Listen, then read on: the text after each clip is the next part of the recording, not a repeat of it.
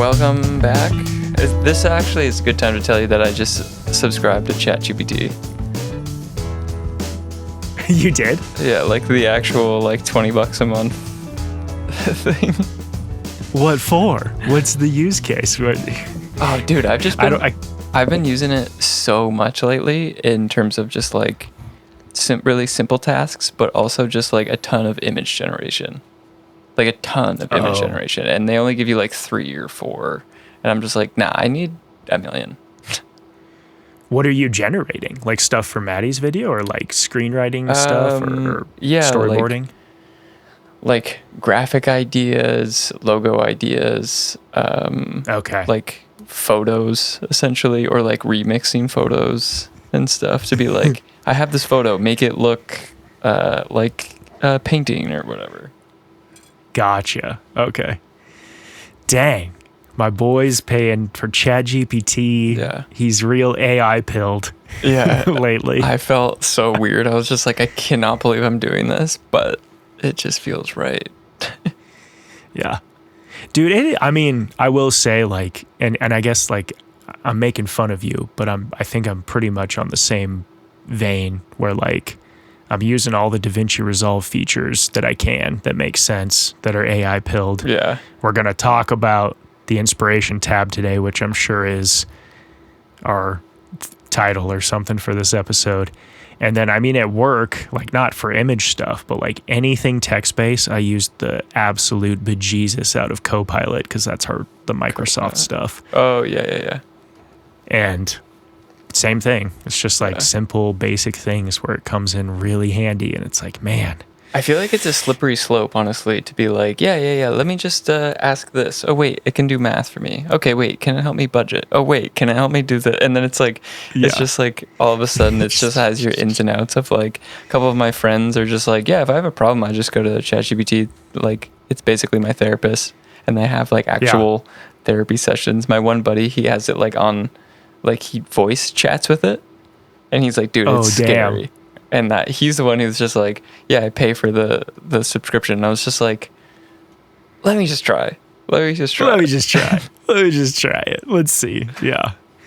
No, it is. Again, I think it's funny that you and I think most people would look at like the way we handle most topics and be like, oh, these boys have got to be like, fuck AI boys. And we're just kind of like, kinda not. Especially like Maddie is super big into AI, and I'm just like pretty indifferent towards it. But I think like the thing about it is just to have a healthy mindset, to be like, it's not going anywhere. We might as well learn how to use it. You don't have to implement it, but at least just like know that it can do stuff and be aware of it, so that you can like for sure cut on the beat properly, or like today I mixed a song and I was just like, this is so nice. This is so nice. Yeah. You're liking that new feature a lot. That one I need to try. You love it? Okay. I need to try it because I haven't. You do it at the very end, right? Where you just like finish your edit and then, or can you do it in the middle while you're going? Yeah. Like if you just add a music track, like I know where I want it to end. So then I'm like, oh, that one. Yeah. And it just I thought you were talking about the mixing one. Oh, the mixing one. Yeah, mixing. I haven't dove too much into the mixing one. I should do a little bit more on that. But yeah, that one was pretty solid as well. Especially now that like that was beta 1. Now they're on like beta 4. So it could be really cool. Yeah, it could be sweet. Especially with all the love the curves and edit stuff is getting on the edit page. Like some of these other features might be. Oh man.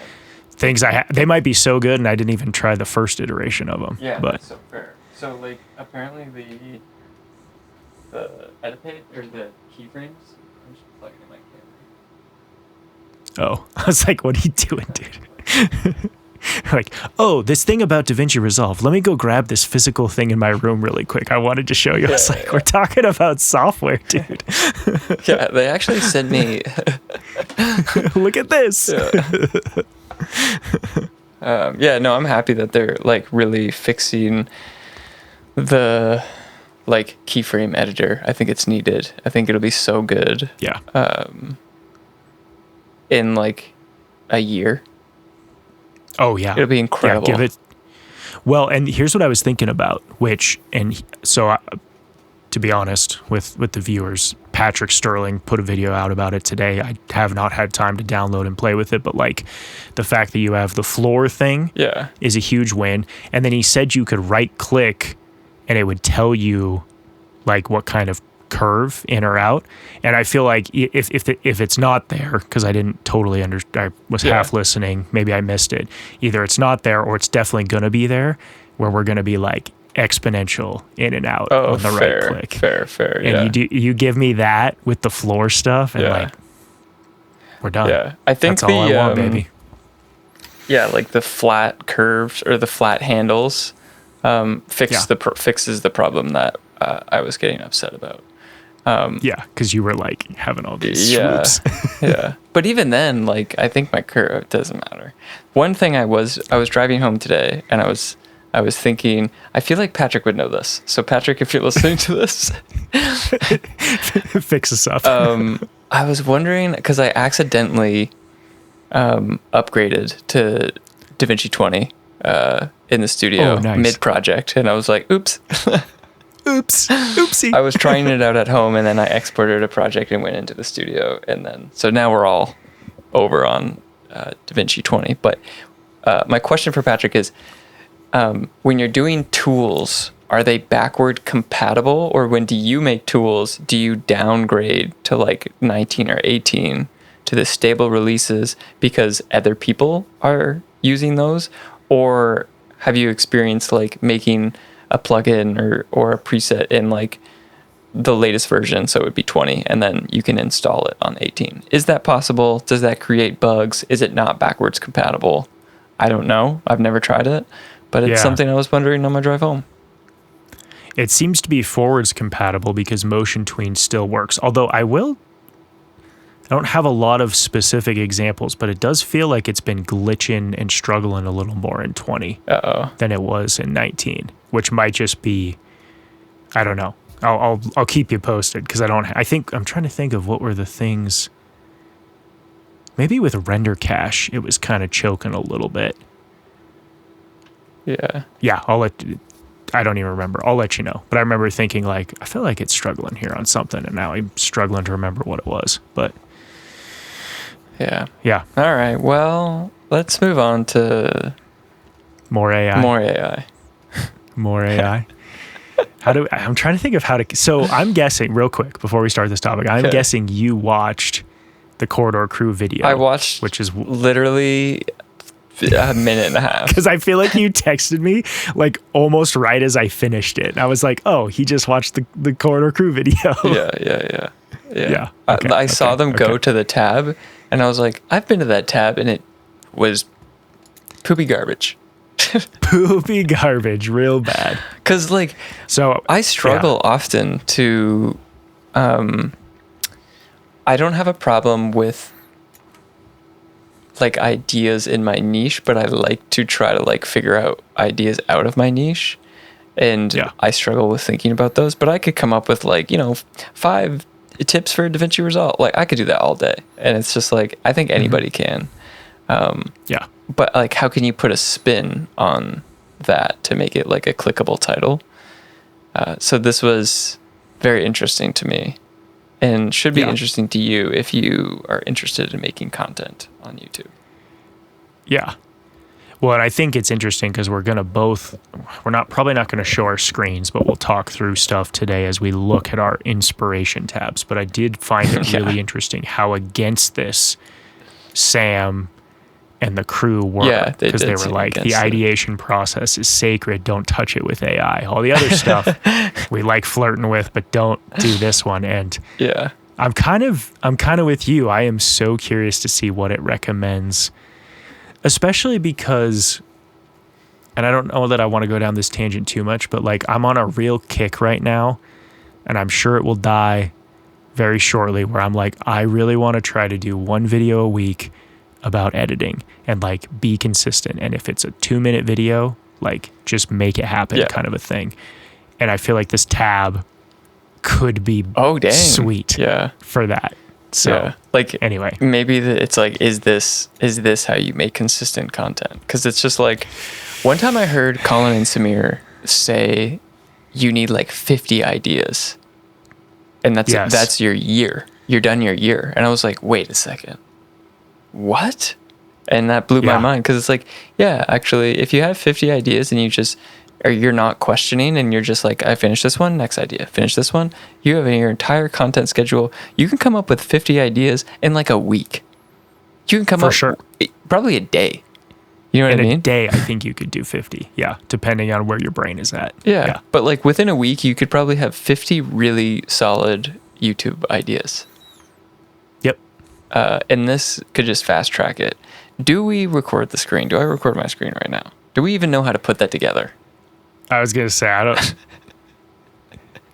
Let's not, and we might regret it, because I'm not even sure how we would put that together. It's just too complicated. No, like, that's above our pay grade.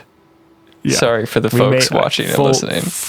Yeah, I was going to say, this is a podcast. We will be verbose in what we are seeing, and hopefully the viewers get what they need. But I'm going to record my screen. You're going to record your screen? Okay. Should I do it too then? I got to resync. No, I'll just do mine. Because it'll be so hard. Actually, screw it. Screw it. We can just talk through this. Let's just talk through this. Are we going to do both at the same time, or yours first and then mine? You go first. What's on the go? Because I already kind of shared some with you. Okay. So, I'm clicking it. This is literally the first time. You've never looked at it before? I've never looked at this.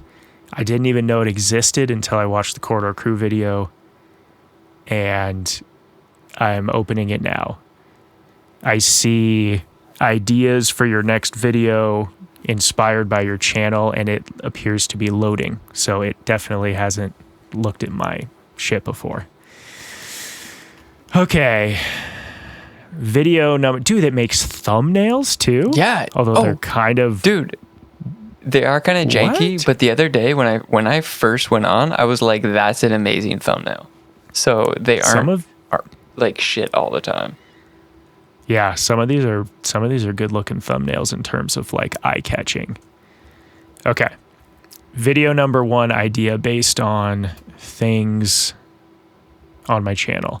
How to master color grading in DaVinci Resolve like a pro. Okay.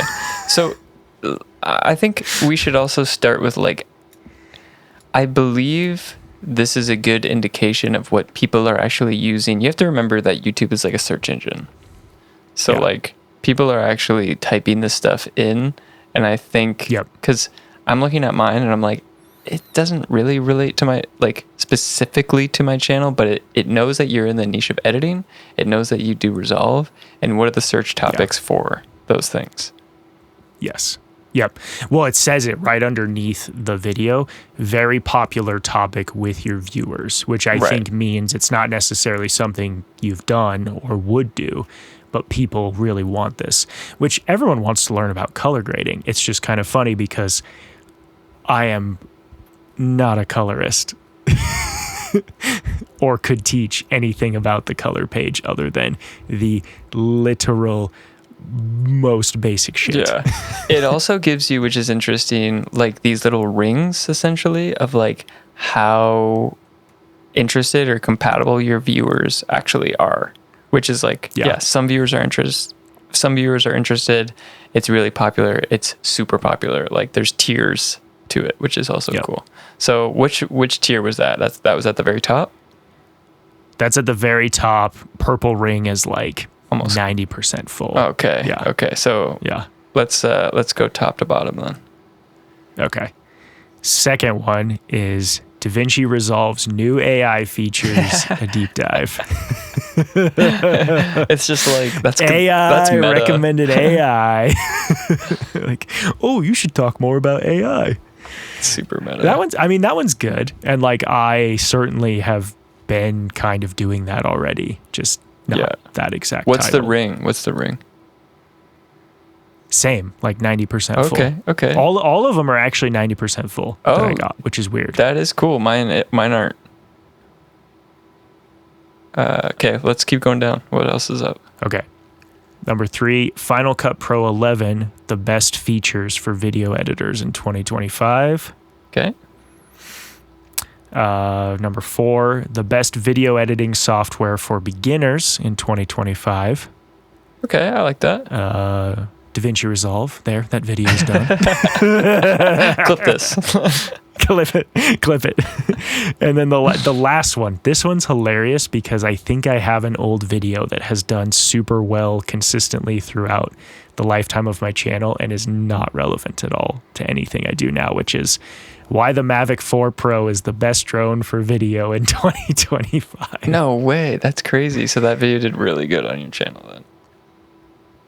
Well, I used to make like a couple videos about like the original Spark drone from DJI because I bought that, and like I literally strapped a GoPro to that thing and like made a video about it back in the day that I think has done like pretty well. I should look at what it's doing these days, but okay, so it thinks like drones. It thinks are like, also he kind of does drones. Okay.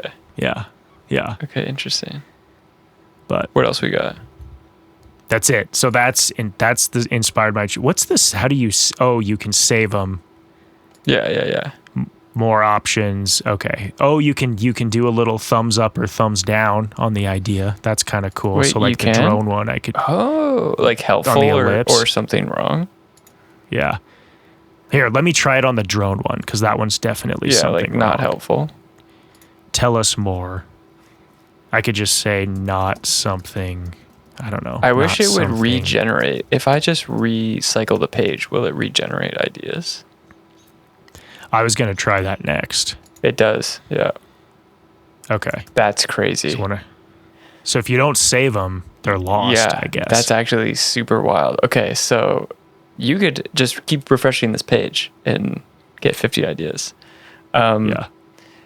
Which one of those would you make if you had to choose? Like, or sorry, let me rephrase that. Would you make one of refresh? Okay, without looking at the page. Like, read them all quickly, and if you had to choose one, like, to make off the next 5 that are generated, would you? I feel like from memory on those old ones, the one that sticks out is maybe the AI for Resolve. Yeah, well, you've already made that. That's cheating. And then probably number 2 would be the Final Cut Pro one, because I could definitely tap into a 2025 aspect on that. And then the other ones, that's pretty good. Dang, 2 out of 5 out of like not having any mental lift and just giving ideas to you. That's pretty good. 2 out of 5. That is okay. So what off this refresh? What do we got? The best DaVinci Resolve plugins for editors in 2025. Yeah. Made that one. How to motion track in Resolve 2025. Apparently putting 2025 is really important in titles. I need to do that. especially for editing, actually. Yeah. 60 frames per second slow motion in Resolve the easy way. Okay. That's a weird one. The easy way. The best video cameras for filmmakers in 2025. And then the 3 DaVinci Resolve projects that will impress your clients. Interesting. Okay. Would I do any of those?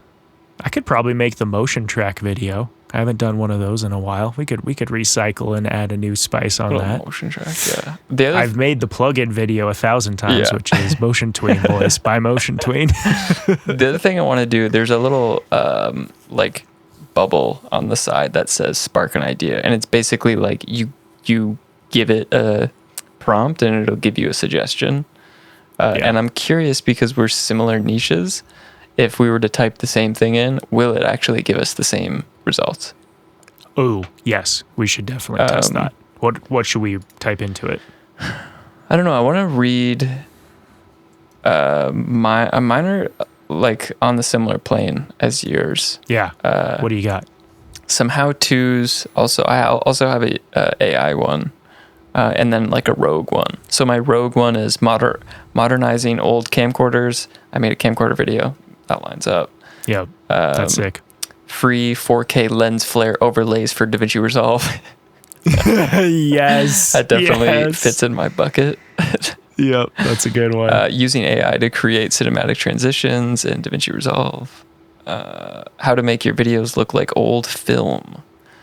How to shoot cinematic slow shutter shots. So, sure, yeah. Like, did you make a video like that? I made a plugin for slow shutter, yeah. Yeah. Okay. Which is free, yeah. And you can see it now on the brand new Creative Bird website. Yeah. Oh, nice. Okay, I feel like I just updated it and it got a little bit better. The Ultimate Guide to Fusion and DaVinci Resolve. DIY, turning a 4K camcorder into a cinematic beast. Camcorder versus smartphone filmmaking showdown. That's actually pretty sweet. 3D text animation, free plugins for DaVinci Resolve, and then the last one is 2025, the year of the camcorder comeback. That's a pretty fire title. That is actually pretty fire. And they all come with thumbnails, which is crazy to me. Yeah. What I'm getting from yours that I find really interesting, that's really tickling my brain, is the non-editing topics that are still kind of in our niche. It's really like putting a spin on it that makes me interested. Because I feel like I'm struggling to articulate this thought, but like the editing ones we read and we kind of go like, oh yeah, that's a more searchable version of stuff we've tried to do or have done. Totally. Like, we get it. We're probably the ones feeding this. We understand it. Whereas like the camcorder one, it's like, ooh, we know we like camcorders. Camcorders are cool. Go camcorders. And then that last one you just said, it's like, wait, but I wouldn't have thought of doing it like that. I love that. Yeah, totally. Yeah. Or like the strengths and weaknesses and of like iPhone. Like I would never think of putting iPhone versus camcorder. No. But it's a funny idea. Yeah, totally. Okay, what should we type in to spark an idea? Try comparing items like Mac versus PC for video editing. That's what mine says. That's funny. That's exactly, word for word, that's exactly what mine says. Oh, that's interesting. What if we typed in, something about DaVinci Resolve, because that's our crossover point. Yeah.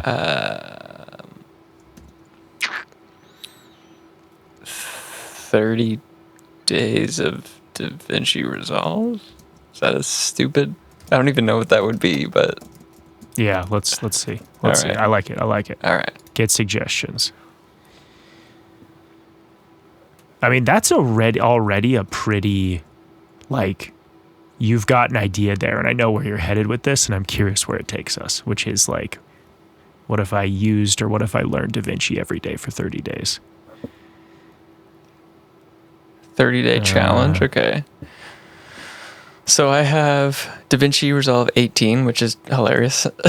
DaVinci Resolve 18 advanced editing techniques. DaVinci Resolve for YouTube content. Create a short film in DaVinci. Mastering color grading in DaVinci Resolve. DaVinci Resolve for beginners 30-day challenge. And apparently they're all very popular with viewers. None of those seem remotely intriguing to me. No. Or any of those. Same thing. All of mine are very popular. Was there any crossover to you?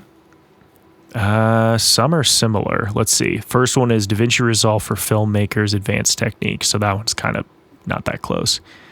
DaVinci Resolve 19 versus 20. What's new and improved? 30 days of DaVinci Resolve beginner to pro. That's, I mean, dude, that could be a cool series. That would take, I don't know if this takes a lot of planning, but like, that'd be a cool series for what you're embarking on. Of like, just putting out something every week. 30 weeks. Yeah, 30 weeks of DaVinci Resolve beginner to pro or something like that. Yeah, but I don't think you would have to title that, but like, you could just make a playlist in your back end to be like beginner to pro, and like every Monday you could just put out of like, here's how I cut music for client videos, or here's how I do this, and it's just like things that you actually do that, you know, people don't normally share. Yeah. Or just would want to learn. Yeah. Even the beat thing today, I was just like, oh, damn. All right. You know, like it's just interesting seeing somebody else's workflow. Yeah. Yeah. I kind of, and that one took some time to like kind of think through, because I was, like I said in the video, I was like, this feature's kind of, I don't know if I like it. And then I was like, oh, there's kind of an interesting use case here for sure. The other two were 30 days of DaVinci Resolve mastering audio in post. 30 days of DaVinci Resolve, the color grading challenge. That's kind of, that one, honestly, that one tickles my brain a little bit in terms of I suck at color grading. What if I made a video every day for 30 days trying to color something? Yeah, and like true. Have it be almost like a vlog of like, hey, today I watched this video from this guy and now I know what this tool does. Let's play with it. Does it make this look better? Yeah. Day one of the same thing. Getting better at Resolve. Yeah. Screw it. It's a live streaming series. Yes, I was gonna say change it to live streaming and Spencer's in. Okay, wait. Let's try to deviate. Like, let's go far from our niche of like, okay, 5 top Beanie Babies or something. Ooh, do we want to type the same thing or type different things? I feel like the same, because that wasn't close. I thought it was going to be like word for word spot on. What do you want to type in? I thought so too. Do you not want to do Beanie Babies? Did you ever have Beanie Babies? Yeah, a whole bunch. I think my mom might even still have them buried away somewhere in some box. I just put the number 5 top Beanie Babies. Oh, all of these are niche topic. So it is telling me like, you don't want to be... Don't make a Beanie Baby video, you idiot. Don't make a Beanie Baby video, bro. Yeah, niche topic. Okay, what do you got? Oh, it only gave me 3.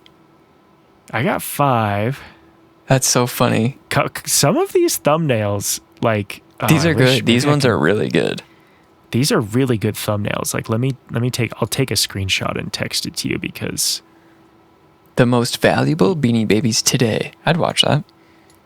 Yeah, let's see. Options. Top 5 Beanie Babies for collectors. Beanie Baby price guide for beginners. Look at this thumbnail on this one. Top 5 rarest Beanie Babies, why they're worth a fortune. And like the thumbnail actually looks like that just draws your eye in so well. Okay, wait.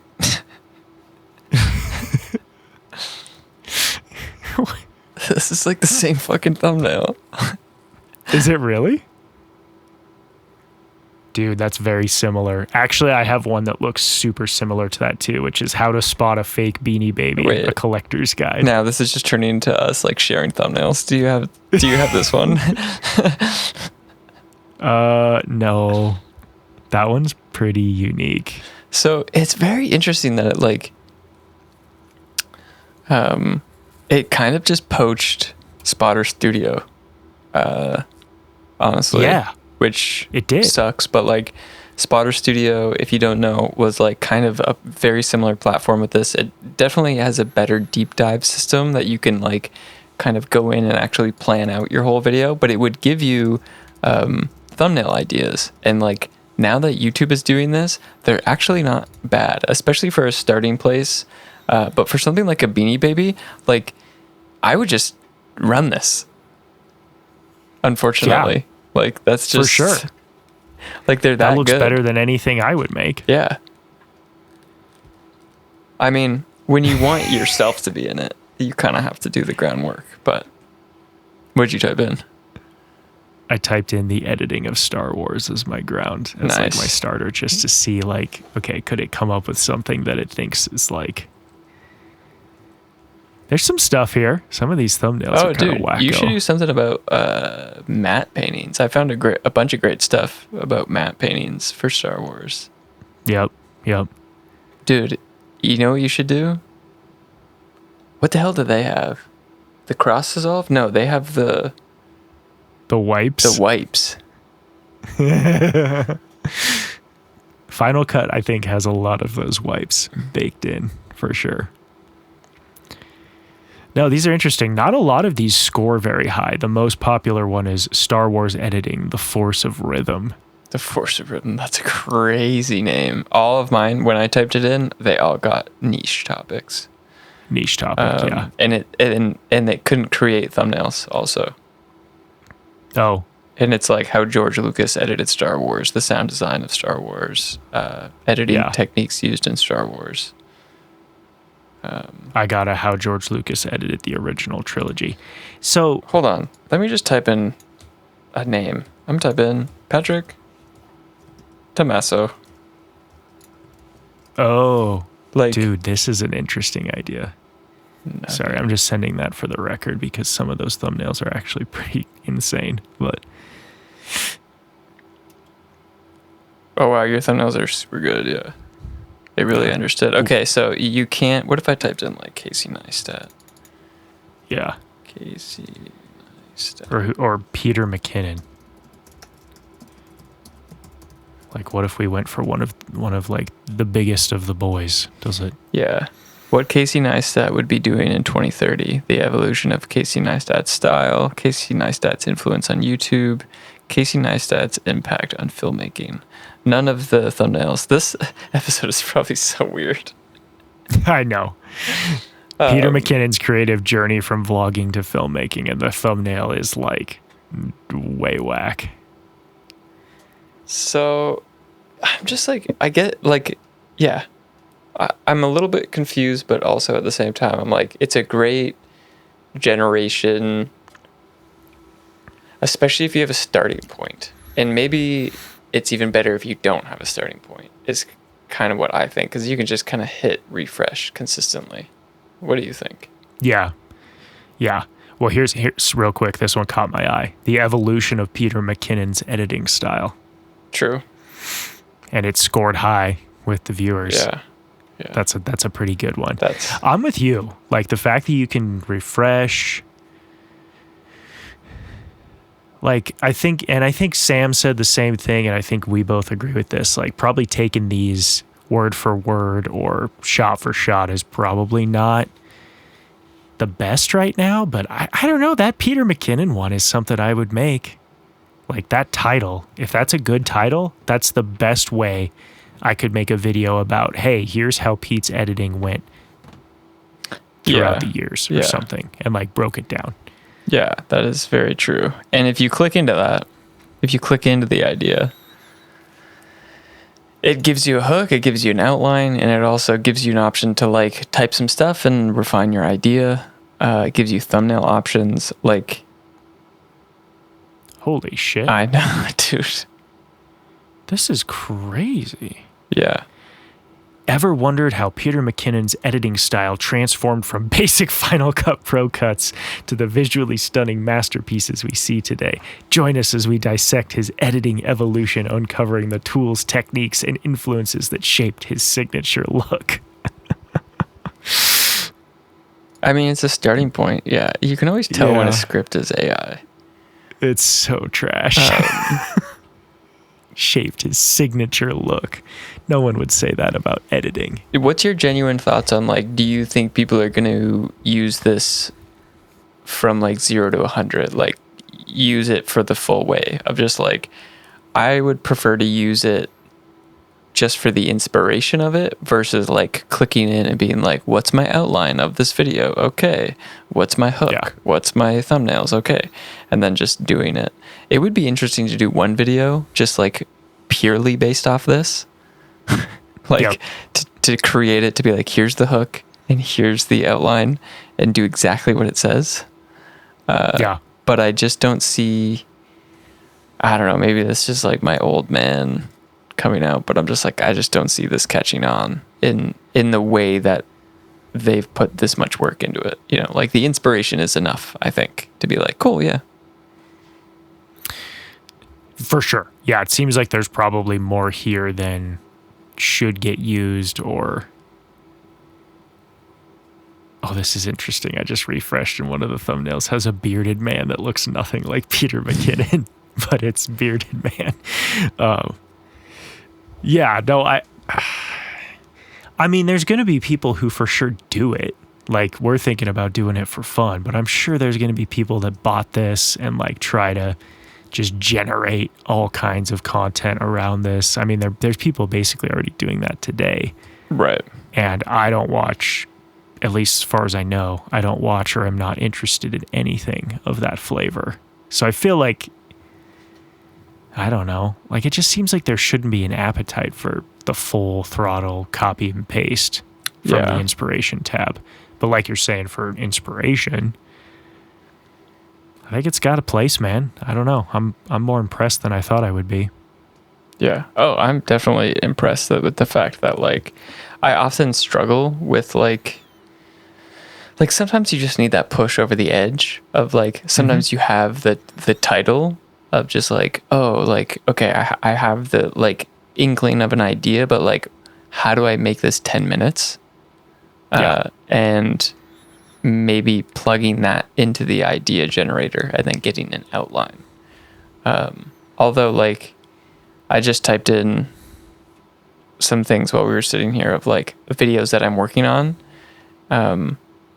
And one, it didn't even know what I was talking about. And then two, it's like not generating things that like are helpful to me. Like one video is like the B4 like zoom lens. And I'm having trouble like communicating that I'm like doing a video on it. It's just like an adapter, vintage lens. And I'm like close, but like, I don't know, maybe it's because it's still in the early stages, but I'm also just like, this isn't helpful if I have to like teach you what this thing is first. Right. If you don't know what it is, then it's not helpful, especially if it's like, I guess already a niche topic, but it's a mix of viewers are interested in niche topics. So I'm like, which one is it? Like, and I guess I'll just have to find out when I put it out.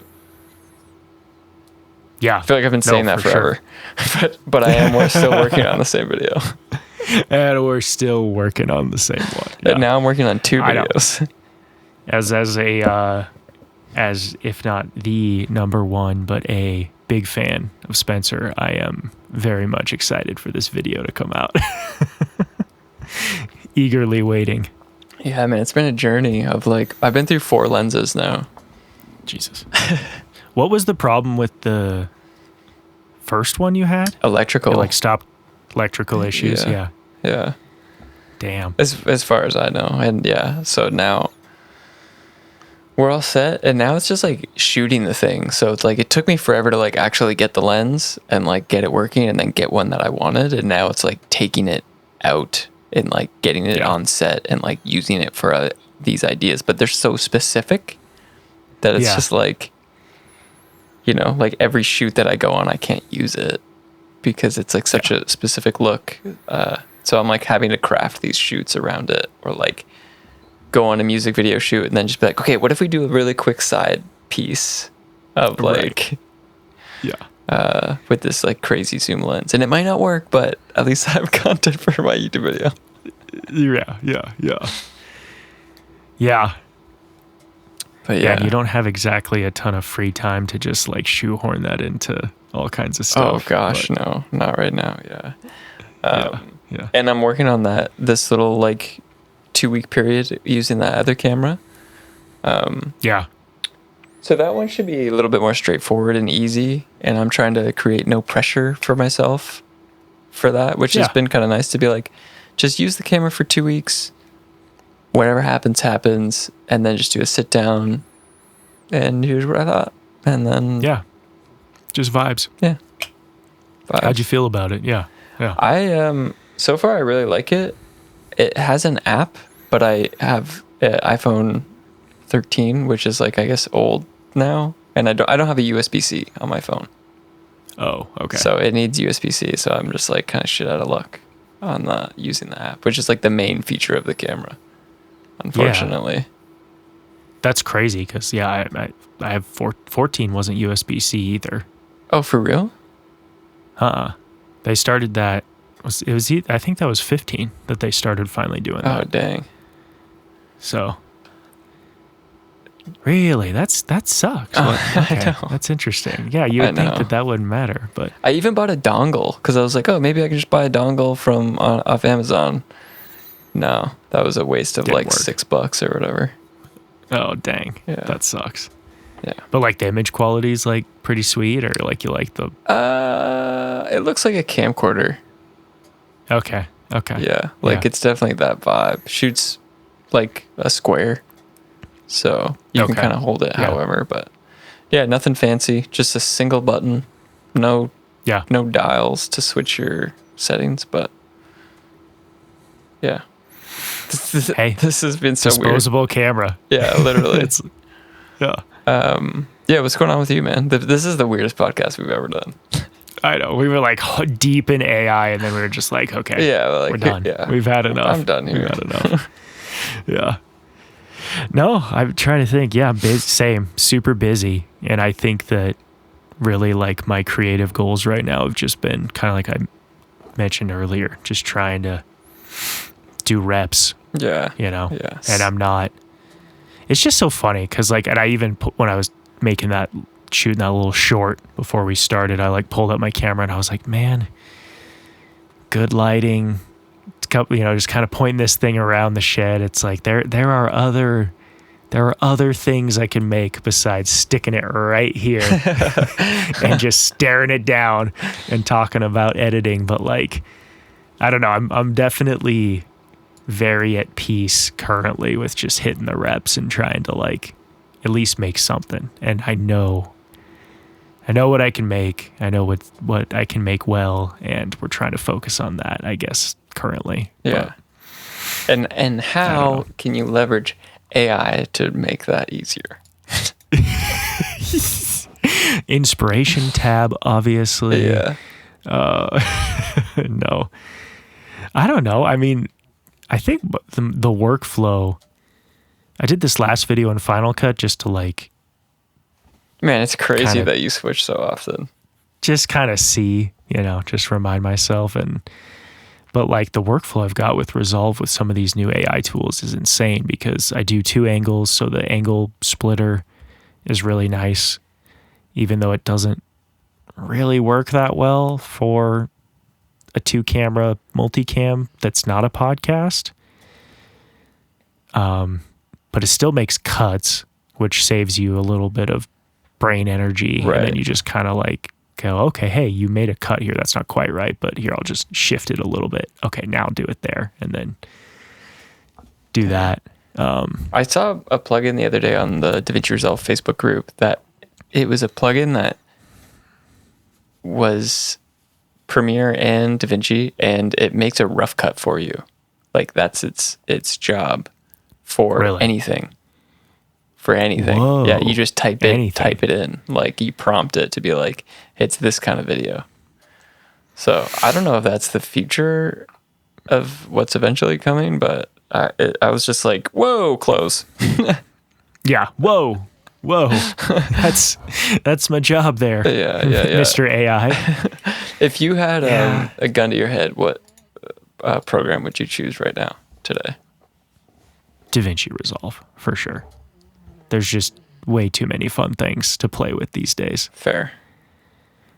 And I think that like I posted about how I felt like, oh man, I gave myself an hour and did the video in Final Cut. And I've talked with you about this 1,000 times, but I just need to find a way to objectively compare myself in an edit between the two, but you just can't, because once you've done an edit in one program, you know so much about the edit that no matter what, you will be faster in the other program. And I can't science my way out of this problem, Spencer, because I just have to speculate on, well, this was really fast in Final Cut, but like, could I have hit the hour mark in Resolve? Yeah. I don't know. I would love to see that video from you if you somehow figure that out, of like, you speed run both programs with very similar edits, but they have to be different, because you're right. Like once you cut one A roll, you can't hop into the other program and cut the A roll. You'll be 10 times faster because you already know what you're going to say. You know what you're looking for. You know the parts where you can skip a few takes. Yeah. maybe you could still be kind of objective about it if it was one of my own videos, so I kind of knew what to expect anyway since I filmed it, but yeah. It would have to be like you film the first half of a video or like cut it in Final Cut, and then you cut the second half in Resolve, and it's the same style. Yeah. It's still objectively not the same thing, right? And that's what kills me, is like it's not a real science experiment. One to one. Yeah, it's not one to one. Because I think the other thing that I could do is you could make the claim, like myself and many people do, of like, oh, like Final Cut is still faster. I don't know that I actually agree with that anymore, but it's a claim. So maybe I could do the first version in Resolve, or no, what would make more sense here? Do the first version in Final Cut and say, hey, I'm going to give Final Cut the advantage here, and it's claiming that it's faster. And then making the assumption that I now have a little bit of a cheat code for the second time I do it with DaVinci Resolve. What's the time difference? Right. Because I'm, it's like, okay, there's a little bit of variability here where I know for a fact that I'm getting an advantage in the second one, which I guess you could do that and actually flip it. And you could say, hey, for this edit, I'm going to do this one first and then this one. What was the time difference? And then in the second, and then flip it and do it again with a completely different edit and do one first, then the other, and kind of be like, okay, so what's the average? The second one should be faster by default. What's the average difference when you flip that? That could, that might be. Yeah, who needs the fucking inspiration tab? I got you, baby. I didn't even do anything there. That was all you figuring out real time. But that would essentially work, and you would be able to like. It's a lot more work from your part, but like you would get an accurate result with that. Yeah. And if you didn't do that, you'd have to do with it like a handicap to be like, I have to add 5 seconds to the second program or whatever it is. 5 minutes. Something like that. Yeah. That could work though. Maybe that's my big nacho video for the end of 2025. Big nacho. Big nacho, and use my small videos as the data to make it. Yeah. Right? Oh yeah. Like, You'd have Instagram short or something, or a YouTube short would be perfect. Yeah. Yeah. It's a good idea. I like that idea. That's I've been chasing that rabbit for a while, and we may have finally cracked the code tonight on how to do it. Nice. But whether or not I execute is another question. Hey, we're all about coming up with ideas. You don't have to execute them, Yeah. You should, but we're not holding that against you. Coming up with ideas is the hard part. Yep. I feel like that's maybe a good place to wrap her up. With an excellent idea. Yep. All right, Mano. Good catching up with you. Yeah, you too. I miss you. We need to do this more often. I know. All right. Head over to that inspiration tab and go outside.